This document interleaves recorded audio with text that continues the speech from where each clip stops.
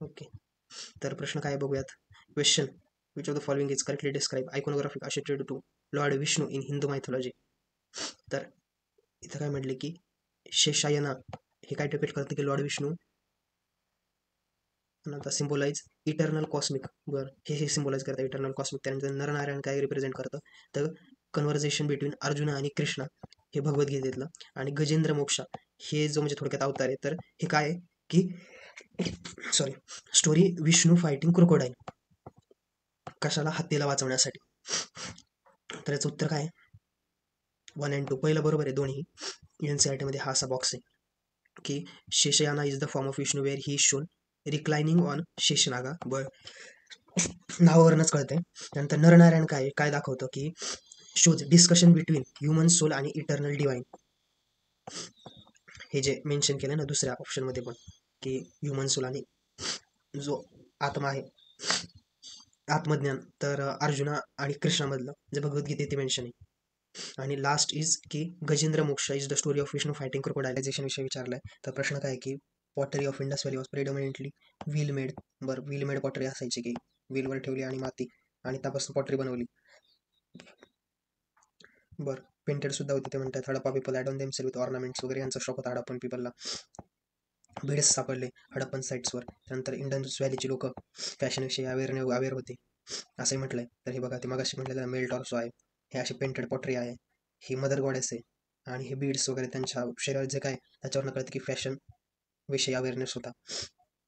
त्याच्यानंतर लास्ट काही प्रश्न की मौर्याविषयी. Maurya consider the statement related to Mauryan period. Buddhism आणि Jainism emerge during Chola period. तर का नाही. त्यानंतर during this period worship of यक्षाल and mother goddess were prevalent. काय वाटतं, कुठला तरी एकच बरोबर आहे, कारण की बौद्धिझम आणि जैनिझम मौर्य पिरियडच्या वेळी इमर्ज झाले. नंतर मग ते अशोक वगैरे चोला फार नंतर आले, नंतरचं आहे ना. तर consider the forming statement related to Mauryan Achaemenian pillars. हां, पिलर्स मौर्यांचे फार महत्त्वाचे, त्यात पण अशोकाचं. Mauryan pillars are rock cut pillar. Rock cut pillars with displaying carve skills. Achaemenian pillars are constructed in piece, म्हणजे असं पीसेसमध्ये कन्स्ट्रक्ट करून मग ते जोडलेले. त्याच्याऐवजी मौर्य असं म्हटलंय की जो मौर्यांचा पिलर होता तो असा कंटिन्युअस होता. तर बोथ 1 आणि 2 बरोबर आहे. सिंगल स्टोन, पीस ऑफ स्टोनपासून बनवला जायचा. जसं अशोकन पिलरमध्ये बघूयात, हे वरती चक्र, त्याच्यानंतर मध्ये एक प्राणी, तर इथे बाकी बुल पण होतं बरं का, पण फेमस हा आहे टायगरचा. हा जो भाग आहे, हे हे अबॅस्कस आहे. हा सारनाथचा पिलर आहे. आणि हे जे वरचं आहे, याला कॅपिटल बोलतात. हा खालचा पाय मी म्हटलं ना, हे बेस, याला अबॅस्कस. आणि हे जे आहे हे उलटा लोटस आहे. ओके, तेच दिलंय. टॉप पोर्शन ऑफ कॅपिटल वाचून घ्या. बेस, अशोक चक्र, असं मेनली हा प्रश्नामध्ये की consider statement the top portion of pillar was carve with figure like बुलू लायन. हे अबॅस्कसला म्हटलंय. असं अबॅस्कसची डिफिनेशन दिली. कॅपिटल कशाला म्हटलंय त्यांनी, अपर most member of column or pillar typically decorated with architectural design. Base कशाला म्हटलंय, the end part of the pillar, त्याला बेस म्हटलंय. बरं, अशोक चक्र आणि म्हटलंय की देर इज नो अशोक चक्र. तर हे तर ऑफकोर्स चुकीचं. आता आपण बघितलं वरती अशोकच्या हाऊ मेनी स्टेटमेंट, 2 स्टेटमेंट बरोबर आहे.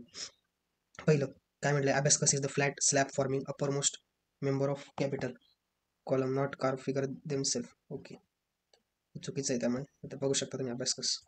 ओके, हे अबॅस्कस आहे, नॉट अपर मोस्ट हे. नंतर बेस आणि अशोक चक्र एक, आणि अशोक चक्राचं एक चुकीचं आहे, बेस सगळ्यात शेवट. आता हे जसं सिम्बॉल्स होते नाही का, लोटस, बुद्धांच्या जीवनातनं फार हे जसं व्हील, ते जे होतं अशोक चक्र, किंवा जर आपण व्हील बघितलं तर हे, याला धम्मचक्र परिवर्तनचं सिम्बॉल आहे. हे बोधी ट्री आहे, जिथे ज्याच्या खाली बुद्धांना आत्मज्ञान झालं, मग ते बोधी ट्री एनलाइटमेंटचं प्रतीक आहे. लोटस हे जन्माचं प्रतीक आहे, आणि हॉर्स हे रियुनिकेशनचं प्रतीक आहे. Okay, consider statement related to Barabar caves. Barabar ह्या ओल्डेस्ट केव्ज आहे, रॉकेट केव्ज आहेत म्हटलंय त्यांनी, कन्स्ट्रक्टेड बाय अशोक आणि अजीविका सेक्टच्या आहेत असं म्हटलंय. त्यानंतर Baba Siddharth temple, also Shiva temple, originally सिद्धेश्वरना टेम्पल, हे हायेस्ट पीकवर आहे बाराबार हिल्सच्या तिथे. बरं, कधीचं, गुप्ता डायनेस्टीच्या वेळेस. This caves are carve monolithic granite rock. Monolithic granite रॉकमधनं हे कार्व केलेले आहेत केव्ज. तर ओनली 3 स्टेटमेंट्स आर करेक्ट.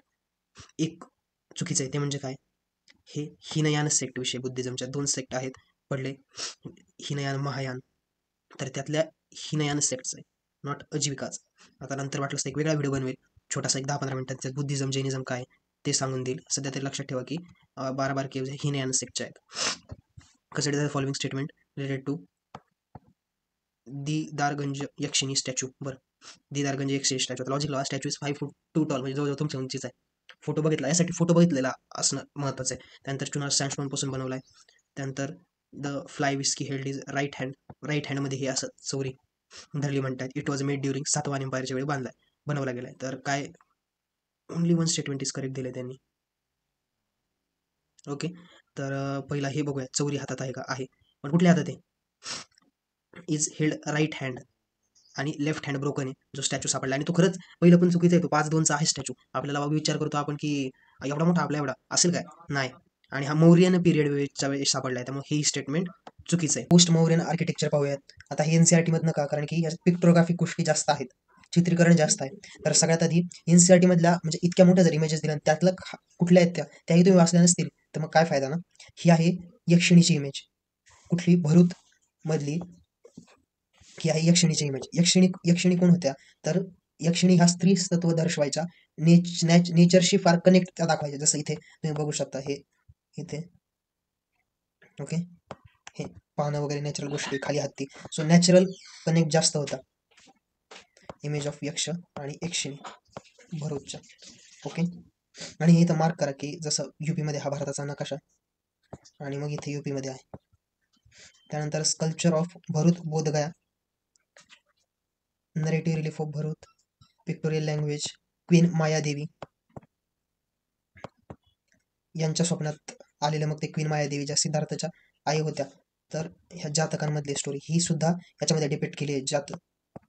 जसं ह्या मायादेवी आहेत, ह्या झोपल्यात, मग त्यांच्या स्वप्नात तो हत्ती आला. ओके, हे सुद्धा चित्रीकरण भरूच मध्ये आहे. सो असं आलं की इथं समजा ऑप्शन आला भरूच, आणि पुढे लिहिलं की क्वीन माया देवी स्लीप ड्रीम आणि काहीतरी जे वर्ण. त्यानंतर पाहूयात की जातका stories become the part of stupa. तर सांचीचा स्तूप बघूया. सांचीचा स्तूप कुठे आहे, मध्य प्रदेशमध्ये, असं मॅप हे मार्क. त्याच्यामध्ये जो मधला पार्ट आहे याला बोलतात अंडा, छत्री, वरचा सगळ्यात टॉप मोस्ट पार्ट छत्री, आणि हा जो पार्ट आहे त्याला बोलतात हर्मिका. आणि त्यानंतर जी बाहेरचं सुरुवातीला आहे ते आहे तोरण, बाहेरची भिंत वेदिका. त्यानंतर आतली ही जी पटांगणाची भिंत आहे ही आहे मेहदी. हा मधला ऑफकोर्स प्रदक्षिणापाद. ओके, आणि त्यानंतर बघूयात की हे स्तूपा नेमके काय आहेत, तर मोस्टली बुद्धा आणि त्यांचे काही डिसायपल यांच्या अस्थी इथे आहेत, आणि शिवाय मेडिटेशन हॉल आहे. तर सुरुवातीला काय केलं गेलं की असं कुठल्याही मानवी फॉर्म मध्ये बुद्धांचं पूजन नाही केलं गेलं, मग त्यांच्या काही अस्थी इथं ह्या स्तूपांमध्ये ठेवलेल्या आहेत. तर हा एक सांचीचा स्तूप. पुढे बघूयात आणखी यात काय राहिलंय, नाही, हे पण बघू शकता तुम्ही, स्टोन कार्विंग जे सांचीचे स्तूप आहे त्यामध्ये केलेलं. पुढे संघोळचा एक हे स्कल्पचर, हे बघा, ही पण एक क्षणी, परत एकदा नेचर, हे पंजाबची तिथे असा मॅप काढा, इथं पंजाब, आणि इथे मग ते मार्क करा की संघोळ. ओके, पुढे जाऊयात. 2 स्कूल पडले, त्यानंतर बुद्धांची मूर्तीपूजा होऊ लागली. त्यामध्ये 2 स्कूल पडले, एक म्हणजे गांधार स्कूल आणि दुसरं म्हणजे मथुरा स्टाईल. तर त्याचा डिफरन्स काय होता, तर एक एक पाहूयात आपण. स्टोन मटेरियल मथुरेमध्ये याच्यामध्ये सँडस्टोन वापरला जायचा. त्यानंतर हे तुम्ही बघू शकता, हे डायरेक्टली चित्र आहे, हे गांधार स्टाईलचं आहे की मागे चक्र वगैरे आहे. शिवाय बॉडी शेप ही जरा नीट थोडासा, की मथुरा स्टाईलमध्ये आणखीन बघूयात. थीम्स काय आहेत, बुद्धा लाईफ, आणि गांधारमध्ये स्पिरिच्युअल डिवाइन, आणि शिवाय गांधारामध्ये हे जे चेहरा बनावट वगैरे हे आणखीन रेखे होऊन जातात. शिवाय मस्क्युलिनिटी हा सुद्धा भाग गांधारमध्ये येतो. आणि मथुऱ्यामध्ये असं एक पुढे येईलच ते चित्र, पण बॉडी शेप नॉर्मल जसा भारतीय ह्युमनचा असतो तसा, फारसा असं काही असा अतिरेकीपणा तो दिसत नाही आपल्याला मथुरा आर्टमध्ये. आता हे काय आहे, तर हे बघू शकता बोधिसत्वाचं चित्र आहे किंवा स्कल्पचर आहे. सगळ्यात आधी प्रश्न पडला पाहिजे, बोधिसत्व कोण होते, तर असे व्यक्ती जे ज्यांना अंतिम सत्य कळलंय, पण त्यांनी त्यांचं निर्वाण हा देह सोडला नाहीये, कारण की त्यांना लोककल्याण करायचंय आणि इतर लोकांना ते अंतिम सत्य मिळवण्यासाठी ते इथे थांबलेत. जसं उदाहरणार्थ मैत्रेय, तर त्यांना नेक्स्ट बुद्ध असंही म्हटलं जातं. त्यानंतर बुद्धिस्ट मॉन्युमेंट इन साऊथ इंडियातले बुद्धिस्ट मॉन्युमेंट्स बघूयात. ह्यात आपण काय काय बघितलं, हे काय होतं, सांचीचं स्तूप, त्याच्यावरती भैरवचं स्तूप. हे मथुरा आणि गांधार स्कूलमधला डिफरन्स पाहिला.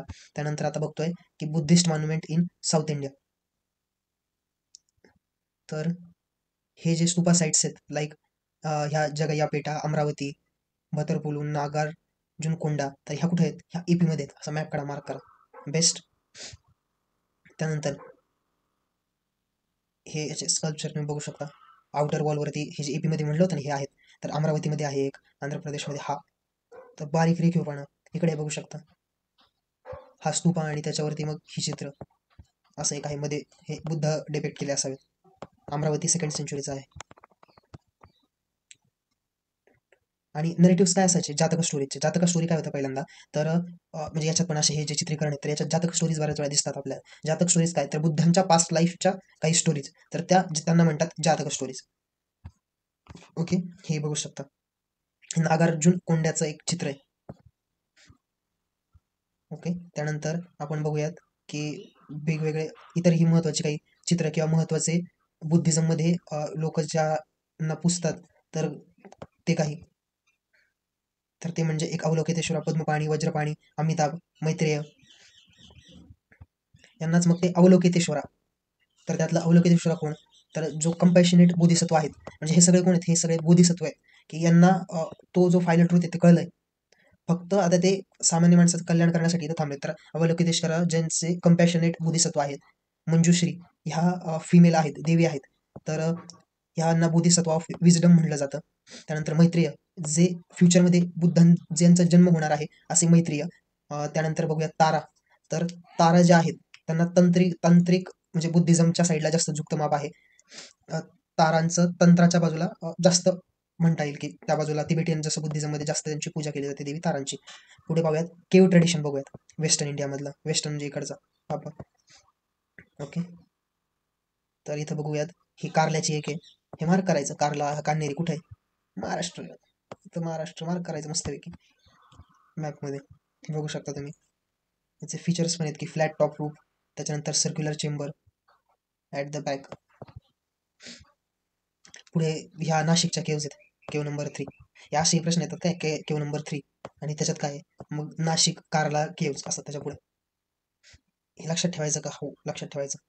कान्हेरी केव्ज कुठे आहेत, मुंबईच्या इथे. अगेन काढा की मॅप मस्तपैकी आणि दाखवा की इथं इथल्या कान्हेरी केव्ज. एकच मॅप घ्या आणि त्यात ह्या ज्या जे पिक्चर्स आहेत ते त्याचे त्याचं मॅपिंग करून घ्या. जसं पुढे पिकली कोटा पण आहे. अजंता अजंता महत्वाचा आहे, त्याच्या वेगवेगळ्या केव्ज आपण आता पाहणार आहोत खाली. हे केव नंबर्स लक्षात ठेवा. केव नंबर 26 ही महत्वाची आहे. ज्याच्यात entire hall car variety of, ज्याच्यात भरपूर बुद्धाच्या इमेजेस आहेत आणि ज्याच्यात एक महापरिनिर्वाणची पण आहे 26 मध्ये. आता महापरिनिर्वाण काय, तर बुद्धांना आत्मज्ञान झाल्यानंतर ते यांनी जे पहिलं कीर्तन दिलं तर त्याला बोलतात सदा सरमन आणि त्याला बोलतात मग महापरिनिर्वाण असं.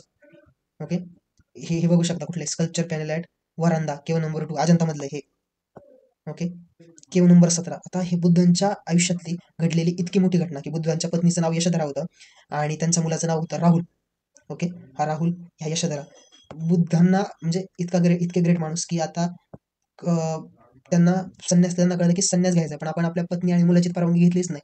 मग बुद्ध परत पुन्हा एकदा त्यांच्या दारात गेले की परवानगी घेण्यासाठी. सो ही ती महत्वाची घटना आहे. आणि याचं केव नंबर माहिती असणं गरजेचं आहे का, तर हो ऑफकोर्स माहिती पाहिजे. अजंता केव नंबर 17 याच्यावरनं लक्षात ठेवा. पुढे जाऊयात. हा अप्समारा केव नंबर 17. परत एकदा केव नंबर 17 26 हे बघा महत्वाचे आहेत, महत्वाचे चित्र आहेत. सो हे तरी लक्षात ठेवा. असं अप्समारा हा याचा काय विषय झाला की बुद्धांना आता आत्मज्ञान प्राप्तच होणार तितक्यात हवा याला. तो म्हणला थांबा थांबा, आज काय करता, थोडं ऐका की माझं. बुद्ध म्हणले नाही ऐकत जा. आणि मग जे म्हणजे मी बुद्ध म्हणला तुला काय मी येडा दिसतो काय, एवढं सगळं करून तू परत मला म्हणतो की थांबा थांबा. सो त्याला अप्समाराला बुद्धांनी कोरलं. अप्समारा नावाचा जो राक्षस होता. आणि मग ती अशी स्टोरी. सो त्याचं चित्र केव नंबर 17 वर आहे. किंवा नंबर 10 वर बुद्धांचे सिलिंगवर पेंट केलेत. हे बघा सिलिंग येते, त्याच्यावर काही चित्र आहेत. त्यानंतर the themes of painting are from हेच जातका आणि अवधान्स काय येत आहे, तर बुद्धांच्या पास्ट लाईफच्या स्टोरीज आहेत. आणि त्यातलं हे जे काही सिम्मल अवधान, महाजातका, महाजानका जातका, हे पुढचे काय आहेत, ह्या नेमके काय काय करतील, त्याची नावं देतील हे सगळं असं. जसं अवधान मधलं सिम्मल अवधान आणि त्याच्या पुढे ते काय आहे हे देतील आणि मग ते विचार करावा लागेल की बरोबर आहे का. त्यामुळे हे माहिती हवं. तर मैंने इधर लिखा है. सिंगल अवधान काय आहे? तर बुद्धांच्या मागच्या जन्माची कथा आहे, की तेव्हा सिंगल म्हणजे श्रीलंकेमध्ये बुद्ध राजकुमार म्हणून जन्मले आणि अ, या कथेत राजकुमार मोहमायापासून मुक्त होऊन बोधिसत्व मार्गावर कसे प्रगट होतात. तर हे दिलंय, की फार म्हणजे ह्या लाईफमध्ये पण जसं की बुद्धांनी राजकुमार म्हणून जन्मले आणि नंतर मग त्यांना कळलं, की ह्या गोष्टींमध्ये मटेरियलिस्टिक गोष्टींच्या पलीकडे एक जग आहे. तर असंच सिंगलमध्ये ते राजकुमार म्हणून जन्मले आणि मग त्यांना नंतर कळलं, की ह्या गोष्टींच्या पलीकडे हे एक जग आहे. त्यानंतर महाजनक जातकमध्ये काय आहे, की अ, राजकुमार म्हणजे राजकुमार महाजनकाची कथा आहे. महाजनक नावावरूनच बघा, हे सिंगल श्रीलंकेतली कथा आहे. मग महाजनक राजकुमाराची कथा सांगतात, ज्यांनी मोक्ष मिळवण्यासाठी आपलं राज्य सोडून दिलं. आणि त्याच्यात पण माहिती आहे का, हे कसं झालं, की अ, एकदा काय झालं, की महाजनक नावाचे राजा तर हे एका युद्धामध्ये त्यांची फॅमिली आणि राज्य हरले. त्यानंतर एका बोटीमध्ये एका शिपमध्ये ते चालले होते, की परत मिळवण्यासाठी काही करता येईल का? तर ती शिप पण बुडाली आणि एका लाकडाच्या उंडक्यावर हा व्यक्ती 7-8 दिवस तरंगत होता. न भूक ना काही. मग त्यांना ते ज्यावेळेस परत आले, त्यावेळी तर सगळं नॉर्मल झालं होतं, की भाई आपण गेलो आता. मग त्याला वाटलं, की सगळ्या गोष्टी नॉर्मल झाल्या असतील. ते परत आले. तर दुसरं कोणतरी राज्य चालवत होतं आणि सगळं निवांत चाललं होतं. कोणाला सगळे ह्या राजाला विसरून गेले होते. मग महाजनकला कळलं, की आयुष्यात काही ठेवलेलं नाही. या मटेरियलिस्टिक गोष्टींच्या पलीकडे राज्य वगैरे ह्याच्यापेक्षाही अनेक गोष्टी आहेत. सो ही महाजनक जातकाची गोष्ट. नंतर विदुर पंडित जातक. एक विदुर नावाचा एक ज्ञानी सल्लागार होता, जो राजाच्या जीवनाच्या म्हणजे सत्याबद्दल सांगतो, की राजाचं जीवन कसं होतं आणि मग त्यात कसं मटेरियलिस्टिक गोष्टींवर काही ठेवलेलं नाही. सो हे विदुर पंडित जातकावर आहे. तर हे बघू शकता तुम्ही. महाजनक जातका आपण हे बघितलं. हे दुसऱ्यावालं ती जी स्टोरी होती अख्खी, राजा राणी. हे दुसऱ्यावाला तर त्याचीच आहे बघा. राजा, त्याची राणी, मुलगा म्हणजे हा कसा संसारामध्ये गुंतलेला आहे हे ते दाखवले त्या चित्रामध्ये. सो हे आता लक्षात, ही स्टोरी सांगितल्यामुळे तुम्हाला लक्षात ठेवणं सोपं आहे. त्यानंतर एलोरा. एलोरामध्ये काय आहे? एलोरा कुठे आहेत? मेन म्हणजे औरंगाबाद डिस्ट्रिक्ट, महाराष्ट्र. ओके. एक मिनिट द्या मला फक्त. बघूयात. एलोरात 34 केव्ज आहेत आणि त्यामध्ये बुद्धिस्ट, आता यांनी इथं ब्राह्मणी लिहिलं बरं का, हे फालतू इन्सर्टिव्ह वाले. पण हिंदुइझम असलेल्या, ज्याच्यात हिंदुइझम दिसतं अशा, आणि जैनिझम काही, तर अशा टोटल 34 केव्ज आहेत. त्यामध्ये मग तारा, महायुरी, अक्षोभया, अवलोकितेश्वरा, मैत्रेया, अमिताभ यांसारख्या जे बोधिसत्व आहेत, तर त्यांची सुद्धा यामध्ये काही कार्विंग्स दिसतात आपल्याला. आता चैत्य हॉल जसा एलोरामधला, हा 10 चैत्य हॉल कळतं ना, विहार म्हणजे काय, तर राहण्याची जागा. आणि चैत्य मेडिटेशन हॉल, हा केव नंबर 10 एलोराचा. त्यानंतर केव नंबर 16, ज्याच्यामध्ये कोर्टयार्ड ऑफ कैलाश टेम्पल, तर इथं बघू शकता. हा त्याचं पिक्चर आहे. पुढे ही जी आहे, आता केव नंबर 15 तुम्हाला लक्षात राहणार आहे एलोराचा. का लक्षात राहणार आहे? तर हे शिव आहेत वरती आणि त्यांच्या पायाखाली जो आहे, तर तो गजासूर आहे. आता गजासूर आणि शिवांची स्टोरी काय आहे? तर शिव ह्या बहिणी फुल, गजासूर नावाचा राक्षस होता आणि ह्या बहिणी फुल तपस्या केली आणि मग शिव म्हणलं, की काय पाहिजे भावा तुला? तर तो बोलला, की तुम्ही माझ्या आत समावा. आता शिव महादेव पण म्हणले ओके. महादेव त्याच्या आत त्यांनी विराजमान केला. आता मग त्याला वाटलं, भाई आपण को कोण मारेगा? मग महादेवी म्हणजेच पार्वती, नंदी आणि विष्णू यांनी एक मस्तपैकी प्लॅन बनवला आणि गजासमोर समोर मस्तपैकी डान्स बिन्स केला विष्णू आणि नंदींनी. आणि मग तो म्हणला, बाई वा वा, आणि काय पाहिजे विचारलं. तर ते म्हटले, की महादेव दे मग. मग त्याला कळलं, बाई असला गेम झाला होय. आता त्यावेळीचे राक्षस शब्द पाळत होते. तर तो पण म्हणला ओके. पण आता महादेवांना पण वाटलं, बाई याच्यासोबत बरोबर नाही झालं, गेम तर झालाय. मग त्याला म्हटले काय पाहिजे, तर तो म्हटला, की काय तुमच्यासोबत राहायचंय. मग महादेवांनी त्याच्या जी स्किन आहे त्याच्यापासून वस्त्र धारण केले. मग आणि बऱ्याच वेळा आपल्याला जे वाटतं, म्हणजे काही काही अडाण्यांना जे वाटतं, की ते चित्त्याच्या बिबट्याच्या खालीचं किंवा चित्त्याच्या खालीचं महादेव वस्त्र धारण करतात, तर नाही, ते गजासूरच्या स्किनचं वस्त्र आहे. त्यानंतर केव नंबर 29, 21 ह्या शैवाईट आहेत आणि महत्वाच्या आहेत. बाघ केव्स ह्या बुद्धिस्ट मुरल पेंटिंगसाठी फेमस आहेत. ओके. हे पण लक्षात ठेवा. कोणाच्या पिरियड मधल्या, तर सातवाहनांच्या पिरियड मधल्या आहेत. त्यानंतर most significant cave, cave number 4, commonly known as Rangmahal. महत्वाचे केव 4 आणि रंगमहाल अशी आहे. लगेच तर बघूनच घेऊ आपण. फोटो दाखवतो तुम्हाला. रंगमहाल केव नंबर 4, त्याचं पिक्चर नाही एनसीआरटी मध्ये. हे बघा, रंगमहाल असा आहे. मस्त आहे ना? ठीक आहे. तर जाऊयात पुढे.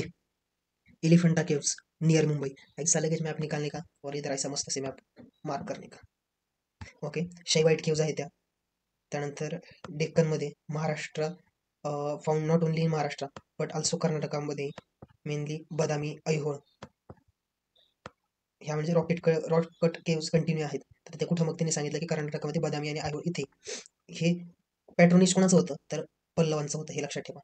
समजा असं देतील की मगाशी आपण बघितलं ते जसं सातवाहनांनी हे ह्या केव्सचं काय बोलतात, सातवाहनांनी ह्या केव्स साठी पॅट्रोनेज दिलं, तसं पल्लवांनी मग बदामी आणि ऐहोळला पॅट्रोनेज दिलं. मग इथे येईल पल्लवास आणि मग पुढे इथं वरती किंग्स असतील एक रकाना आणि इकडे रकाना असेल तो म्हणजे पॅट्रोनेज म्हणजे केव्स कुठल्या. तर इथे समजा इथे येईल पल्लव किंग्स आणि इथे येईल ती केव्स बदामी आणि ऐहोळ. असं प्रश्न UPSC किंवा इतर एक्झाम मध्ये जोड्या लावण्यासाठी येऊ शकतो.